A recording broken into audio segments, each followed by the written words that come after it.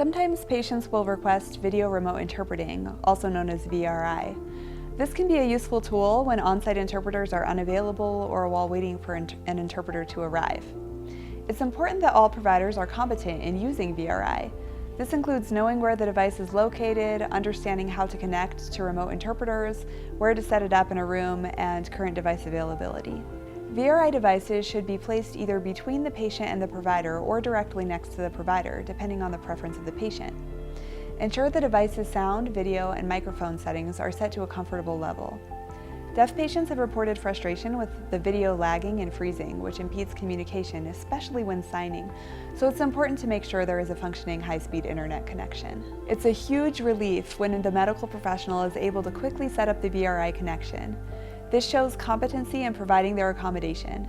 If possible, have it set up before the patient is in the room to reduce excess waiting and anxiety over lack of communication. My worst experience of my life was not having an interpreter.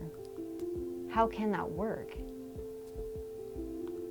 They do provide video remote interpreters sometimes, but that's challenging because the Wi-Fi connection and the breaks often. A live interpreter is much better. When I had my babies, I could not rely on my husband for communication.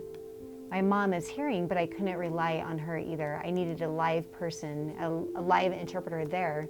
But when my children were being born, they pulled in a video remote interpreter, a VRI. It is not the best. The best thing to do is to use a live interpreter. VRI is a communication tool that utilizes interpreters remotely. It can be a potentially reliable source of communication for certain situations, but is problematic for others. When it is used, the internet connection needs to be reliable. A larger screen can help the patient better see the interpreter signing and minimize frustrations.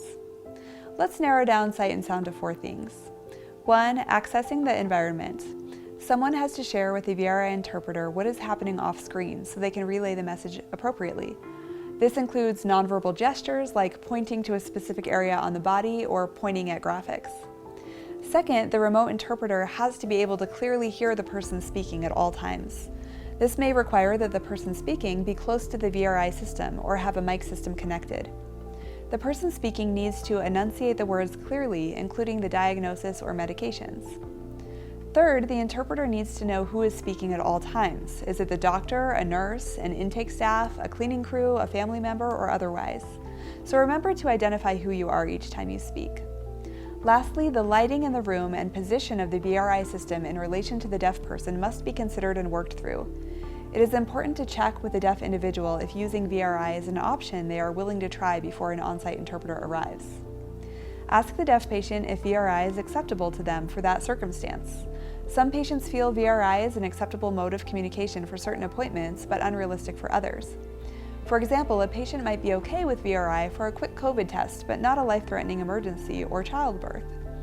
If a deaf patient does not want to use VRI and prefers to pass notes or communicate in another way while waiting for the interpreter, respect that choice. In-person interpreters are usually preferred and minimize issues related to slow internet connection.